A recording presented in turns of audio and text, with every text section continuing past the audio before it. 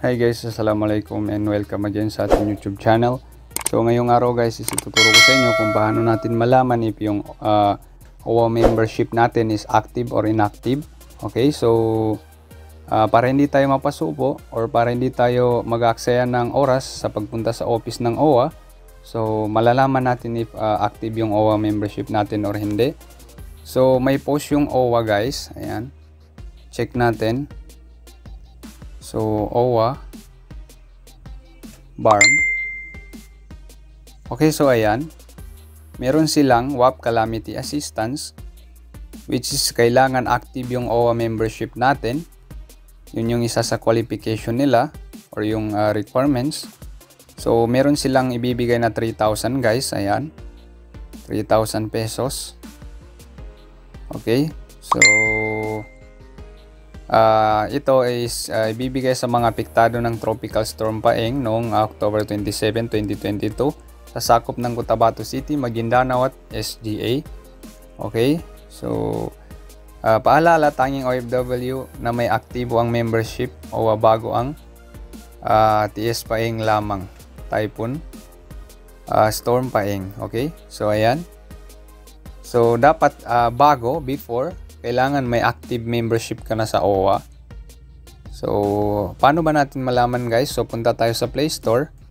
And then, search natin ito, Owwa Member Mobile App. Then, ito, i-install natin yan. So, after natin ma-install guys, so, i-open natin. Okay.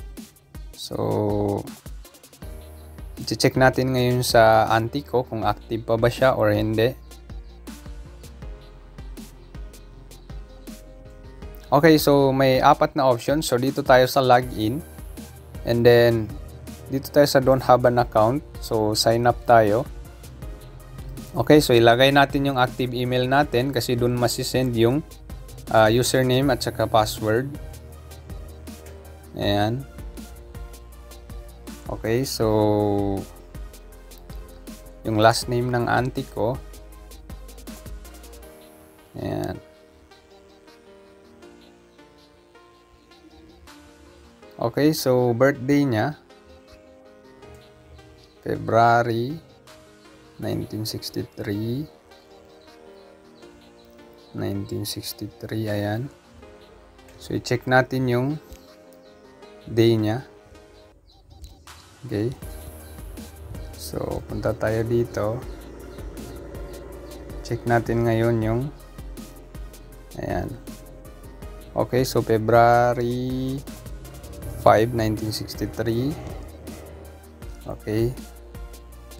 So, February 5. Saan na yung apps natin? Ayan. So, February 5, 1963. Then, okay natin. Then, mobile number. Okay, so, register. Okay, so you are registered. We sent you an email for your account. Thank you. Okay, so ngayon, i-check natin yung email natin. Saan na yung email natin? Okay, so open natin yung Yahoo Mail natin. Ayan. Okay, so dito masisend yung username at password na gagamitin natin para makalagin tayo. So i-copy natin itong username. Then punta tayo dito sa username, then i-paste natin. So password. Okay, so dito tayo. Copy natin yung password. Ayan. Okay. So, ang gagawin natin is i-paste natin ito sa password, then login. Okay, so paano ba natin malaman? Punta tayo dito sa baba. As you can see, meron ditong information. So, click natin. So, as you can see, inactive siya guys. Ayan. So, it means hindi siya qualified dun sa requirements ng Owwa, na which is kailangan active yung membership before mag-typon paeng. So, ayan. As you can see, lumabas yung lahat ng information na dito. Ayan. Okay.